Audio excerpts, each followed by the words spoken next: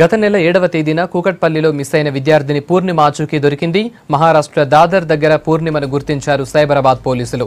ఇంటి నుంచి స్కూల్కు బయలుదేరిన పూర్ణిమ 40 రోజులుగా కనిపించకుండా పోయింది. అప్పటి నుంచి పూర్ణిమ కోసం పోలీసులు, కుటుంబ సభ్యులు వెతుకుతూనే ఉన్నారు. 14 టీంలు పూర్ణిమ కోసం వెతుకుతూనే ఉన్నాయి.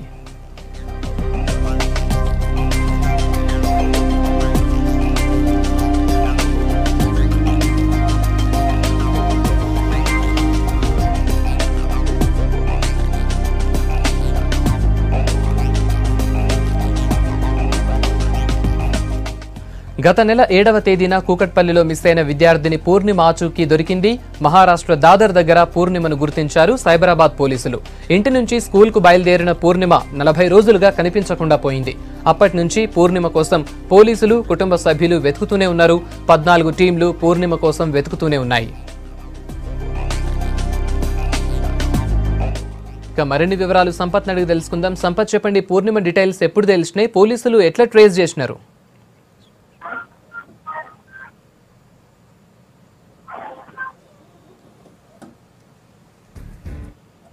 మిస్ అయిన పూర్ణిమకు సంబంధించి కేవలం పోలీసుల దగ్గర మొదటి నుంచి ఒక సీసీటీవీ ఫుటేజ్ మాత్రమే ఉంటుంది. ఎందుకంటే స్కూల్ ఓపెన్ అయిన తర్వాత తన ఇంట్లో నుంచి బయటకు వెళ్ళినటువంటి విజువల్ తప్ప పోలీసులకు ఎట్లాంటి ఆధారం లేదు. అట్లాగే వాళ్ళ తల్లిదండ్రులను కూడా పదే పదే పోలీసులు ఏసీపీ నిజంగా దీన్ని కూకట్పల్లి ఏసీపీ డైరెక్ట్ గా మానిటర్ చేస్తారు. దీని గురించి తల్లిదండ్రులు కూడా పదే పదే అపార్ట్మెంట్ కి సంబంధించిన వాళ్ళు కానీ, వాళ్ళ బంధువులు కానీ, ఎవరైనా శత్రువులు ఉన్నారా లేదంటే మిస్సింగ్ సంబంధించిన దాంట్లో అనుమానాలు ఉన్నాయని వాళ్ళు అడగడం జరిగింది. అయితే వాళ్ళు మొదటి నుంచి కూడా బంధువులు కానీ ఎవరు కానీ తమ శత్రువులు లేదు, పెద్ద రైవలరీస్ కూడా ఏం లేవు అనే విషయాన్ని వాళ్ళు చెప్పారు. దాంతో పాటు దాని తర్వాత 3 స్పెషల్ టీంలను కూడా ఫామ్ చేశారు.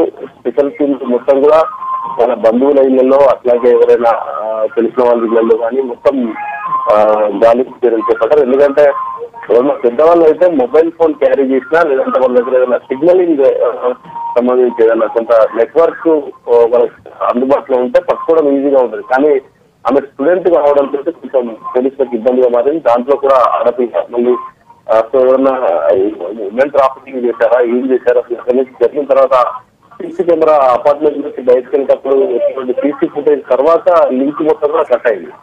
సో స్కూల్లో ఏమైనా జరిగిన విషయం పైన కూడా స్కూల్లో కూడా ఆరాధించారు. కానీ ఎక్కడ దీనికి సంబంధించి సాక్షి లభ్యం కాలేదు.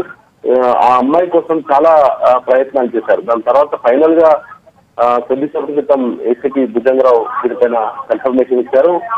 ముంబైలోని దాదర్ లో అమ్మాయి దొరికినట్టుగా ఫైండ్ అవుట్ చేశారు. అయితే దీంట్లో పూర్ణిమ సాయి ఇక్కడి నుంచి వెళ్ళిందా లేదంటే ఎవరన్నా ఇక్కడి నుంచి వాళ్ళు ఎవరన్నా కిడ్నాప్ చేశారో లేదంటే మరేదైనా ఇష్యూ ఉందా అనేది క్లారిటీ రావాలి. ఎందుకంటే పోలీసులు కేవలం మిస్ అయినటువంటి చిన్న పూర్ణిమ ఫైండ్ అవుట్ అయింది, రేపు లేదంటే ఈరోజు నైట్ వరకు ప్రెస్ మీట్ పెట్టి మరిన్ని విషయాలు చెప్తాం. దాదర్ లో ఫౌండ్ అయింది, దాదాపు 2-3 ఏరియాల్లో తిరిగినట్టుగా గుర్తించాం.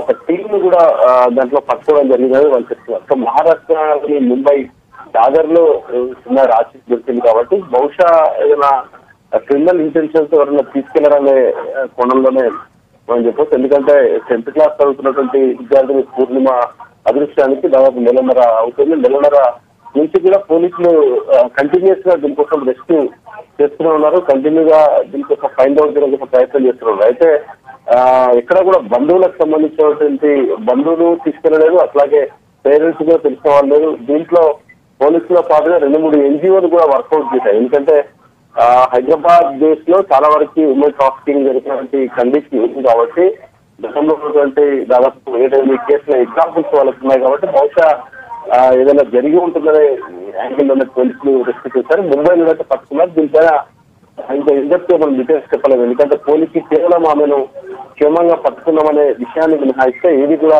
చెప్పడం జరిగింది. బహుశా రేపు కానీ రోజు నైట్ కానీ ప్రెస్ మీట్ పెట్టి మిగతా డీటెయిల్స్ చెప్పే అవకాశం ఉంది. రైట్ సంపత్.